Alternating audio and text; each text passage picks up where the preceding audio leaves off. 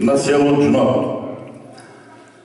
Не се съмнявам изобщо в избора и на общинския кмет, затова сега ще се позволя от мое име и ваше, разбира се, да му поставя 3 неотложени задачи, които предстоят за бъдеще. Та искам да поставя основния проблем, да бъде завършен, понеже знам, че той вече е възложил на екипа си от специалиста разработването на проект за рехабилитация на отсечката Джунот-Чарган, нашия участък.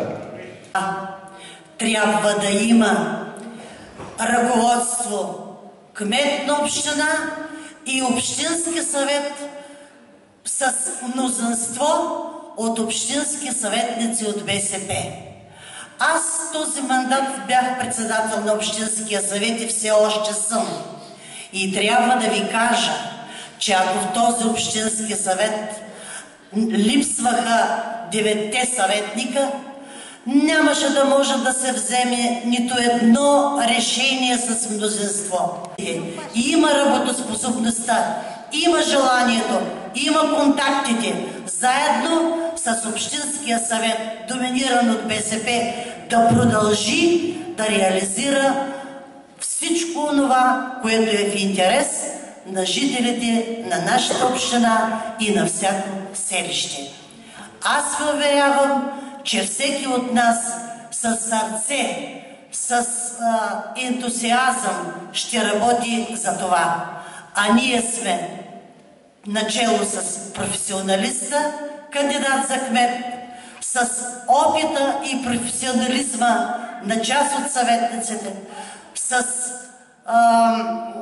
желанието и порива на младите хора, които видяхте тук, за да продължим успешно да работим в името на всеки от вас. Съпругата, минаваме магистралата до Воденичане и обяснявам на моя внук: дядо, това е магистралата за Бургас. Той вика: добре. Минаваме към село Джунот, отклоняваме се и тръгваме. И той ми вика: дядо, защо ме излъга?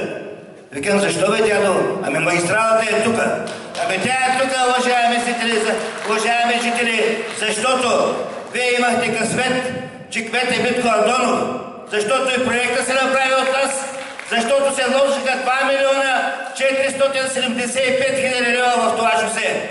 И на времето, и ако беше жив дядо Колю, който на времето направи този път Стралча-Воденицане и го направи и го възстанови този път, Митко Андонов го направи като магистрала. Нека се радваме на такива моменти. Какво трябва да направим, за да се случи това, което всичко го искаме, за което говорихме тук? Да, Бажо Гошо ми подсказва. Всички, за да се случат тези неща, трябва на 25 октомври да излезем един до друг, един за друг, рамо до рамо, и в Джунот 150 гласоподавателя ли има? 250. Айде, нека да са 200. Някой може да е болен. 200 гласоподавателя да излязат и да подкрепят нашия кмет Гошо, вашия кмет Георги. Тогава ще разберем, че вие го уважавате. Да накарате всички близки и познати да излязат и да гласуват за него. Успоредно с това да гласуват и за мен, и за моите колеги, за кмет на община и за общински съветници.